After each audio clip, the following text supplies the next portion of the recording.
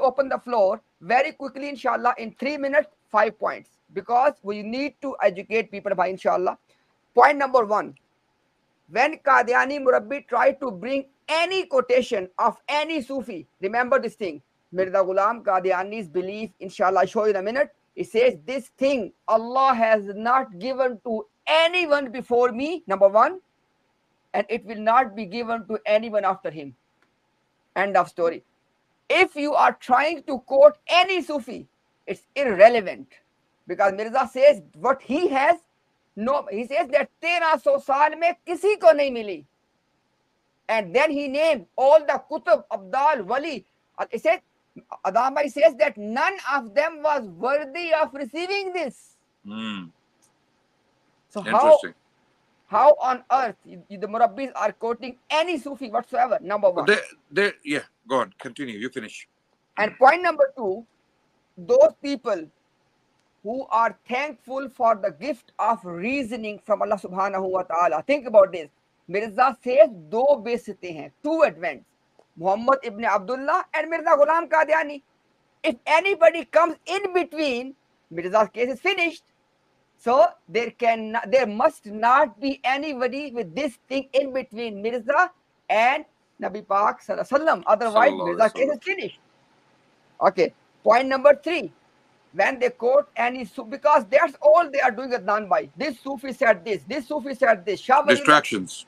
Exactly. The point is, whatever any Sufi, any Muslim scholar has said, if it is not based in Quran and Sunnah, it has no weight, number 1. Number 2, when a Sufi makes a statement, it is his statement. When your Nabi makes a statement, it becomes Allah's revelation and it becomes religion. It becomes religion. It becomes religion. A Sufi statement we can throw on the wall. I said the other day, I can throw Shah Waliullah. With due respect, I love Shah Waliullah. I believe he was one of the awliya of Allah with all his mistakes. In spite of all his mistakes. Okay, I love his works. I love his writings. Okay, you can throw him on the wall and I have lost nothing from Islam. My Islam is fully complete. My Islam is complete. I don't lose anything. So stop. Yeah, stop playing that game. Yeah, so this is the key difference people need to understand. The quotation of a wali or a Sufi or a saint, it is not binding.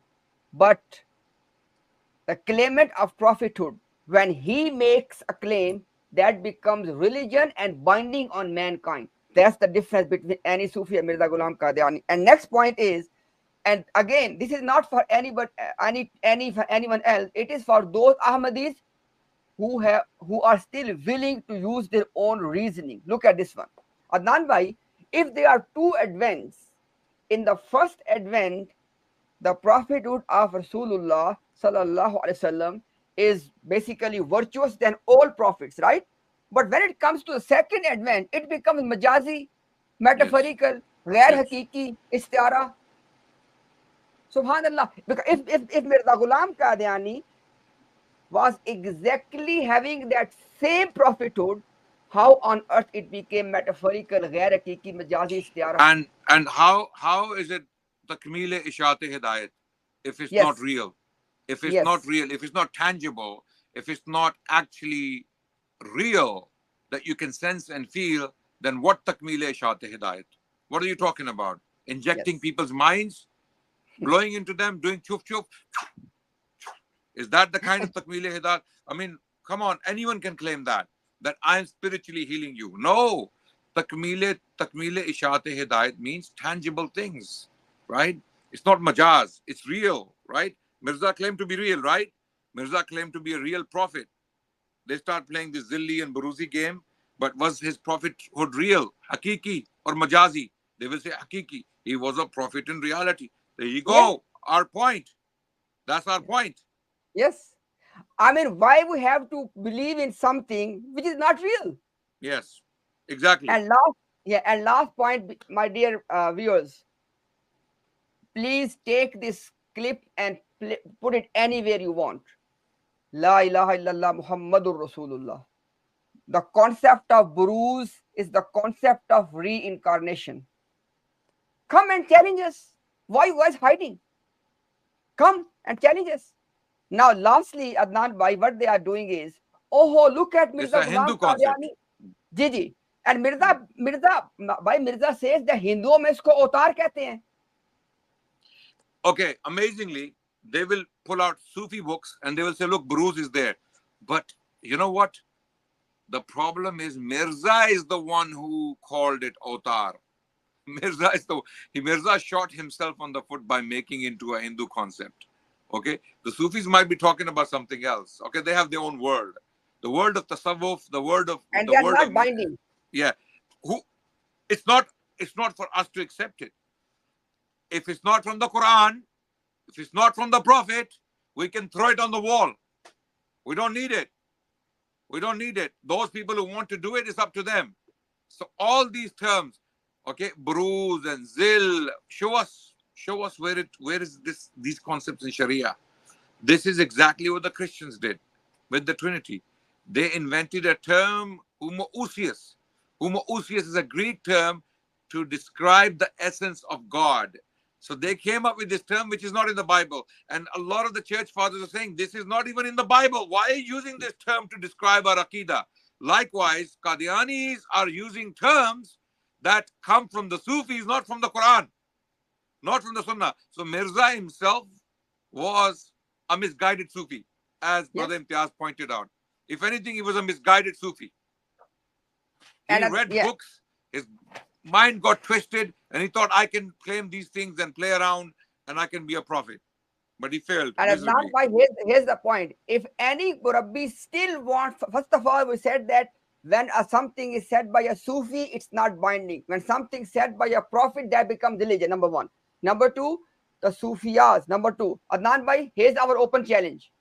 We will put the entire belief of P.B.U.H of Mirza Ghulam Qadiani on the screen with reference, and then we will challenge any Murabbi to bring from any Sufi, first of all.